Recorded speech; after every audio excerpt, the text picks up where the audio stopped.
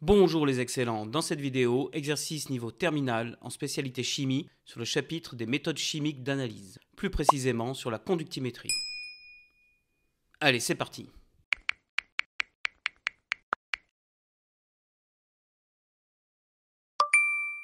Algues et alimentation. Les algues brunes, telles les algues kombu, breton, sont une source d'iode, élément essentiel au fonctionnement du corps humain. Après une série d'étapes en laboratoire, l'élément iode est extrait sous forme d'ion iodure I- de 50,0 g d'algues sèches kombu breton. Donc, comme d'habitude, on surligne les choses importantes.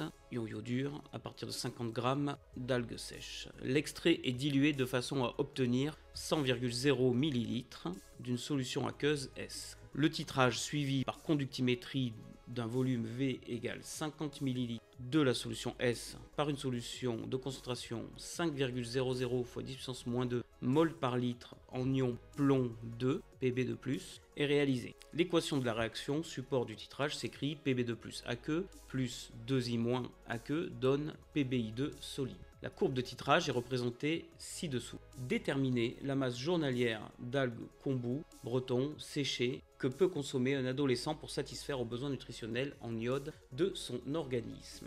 Sachant qu'ici nous avons des données, donc un apport nutritionnel recommandé 150 microgrammes par jour. Alors, nous avons ici un exercice de type recherche. Il y a obligatoirement une question de ce type à l'épreuve du baccalauréat. Comment ça se passe? Vous devez construire un raisonnement pour pouvoir répondre à la question. Et en fait, il y a une unique question. C'est comme si il y avait une unique question à laquelle répondre et il n'y avait absolument aucun guide, aucune question intermédiaire pour vous aider à répondre à cette question. Donc, il faut un peu analyser. On nous demande de déterminer la masse d'algues que peut consommer un adolescent pour satisfaire ses besoins nutritionnels. Donc déjà, les besoins nutritionnels en iode d'un adolescent, c'est 150 microgrammes par jour. Donc c'est la condition qui va nous permettre de déterminer la quantité, la masse d'algues que l'adolescent peut consommer. Donc déjà, apport recommandé pour l'adolescent, 150 microgrammes d'iode, donc de iode donc par jour.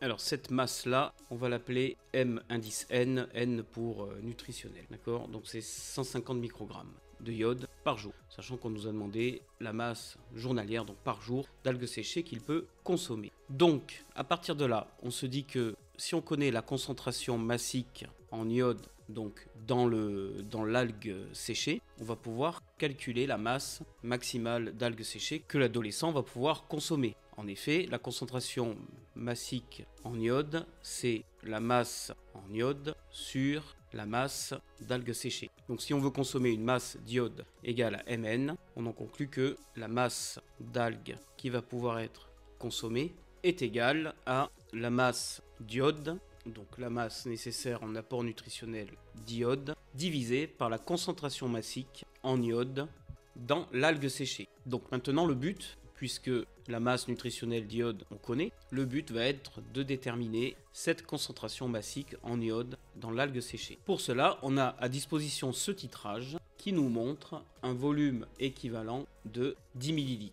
Donc petit rappel, quand on a un titrage conductimétrique, l'équivalence se repère au changement de pente de la courbe qui nous donne la conductimétrie en fonction du volume titrant. Alors, on va pouvoir dire que lors du titrage, on obtient un volume équivalent égal à 10 ml.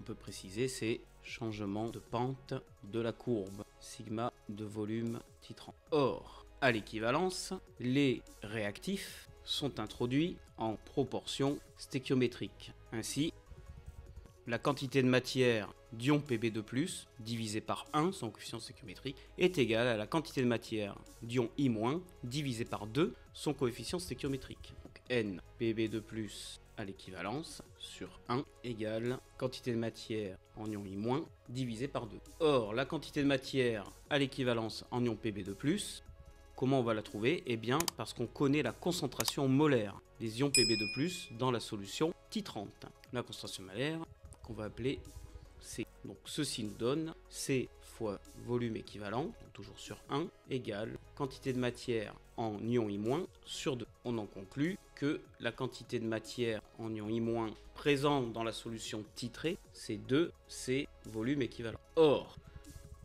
la solution titrée, c'est 50 ml de solution aqueuse S. Ça veut dire que la solution aqueuse S avait un volume total de 100 ml.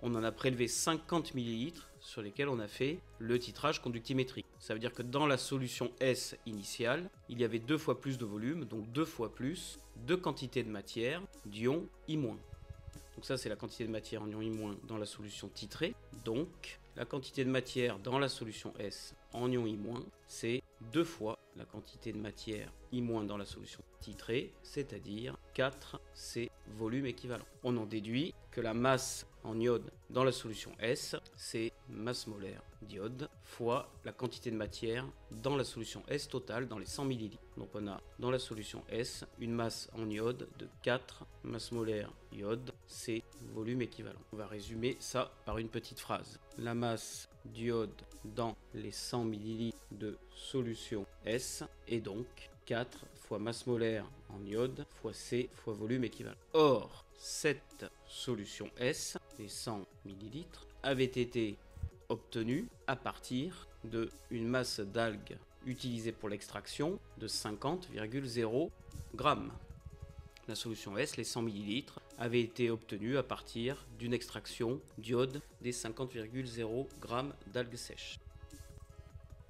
Donc, le pourcentage massique en iode dans les algues sèches s'exprime comme la masse d'iode que l'on retrouve dans la solution S, qui vient de ces 50 g d'algues utilisées pour l'extraction, divisé justement par cette masse d'algues utilisée pour l'extraction. Et donc on va pouvoir maintenant calculer la masse d'algues que l'adolescent doit consommer. Donc la masse d'algues sèches que l'adolescent doit consommer, comme on a dit au début, c'est la masse recommandée d'un point de vue nutritionnel divisée par le pourcentage massique d'iode dans les algues. On peut remplacer ce pourcentage massique par son expression ici, puis remplacer la masse d'iode de la solution S par son expression ici. Donc masse nutritionnelle recommandée en iode fois la masse d'algues utilisée pour l'extraction sur... Et donc la masse d'iode présente dans la solution S, dans les 100 ml, 4 fois masse molaire de I fois C fois volume équivalent. Voilà, et là on connaît tout. La masse recommandée d'un point de vue nutritionnel fait partie des données. La masse d'algues utilisée pour l'extraction, on connaît 50,0 g. Masse molaire d'iode, on connaît. Concentration molaire de la solution titrante, on connaît. Et volume équivalent lors du titrage, on connaît aussi. On va pouvoir passer à l'application numérique. Et donc la masse d'algues que l'adolescent doit consommer. Alors, la masse recommandée d'un point de vue nutritionnel, 150 microgrammes. On va tout convertir en grammes. Donc 150 fois 10 puissance moins 6 grammes. La masse d'algues utilisée pour l'extraction, 50,0 grammes. 4 fois la masse molaire de l'élément iode, 126,9 grammes par mol. La concentration molaire de la solution titrante, 5,00 fois 10 puissance moins 2 mol par litre. Donc là on a bien des mols par litre. Et le volume équivalent qui était de 10 millilitres. Donc on doit convertir en litres. Donc 10 fois 10 puissance moins 3 litres. Et à l'aide de la calculatrice, on trouve 2,96 fois 10 puissance moins 2 grammes.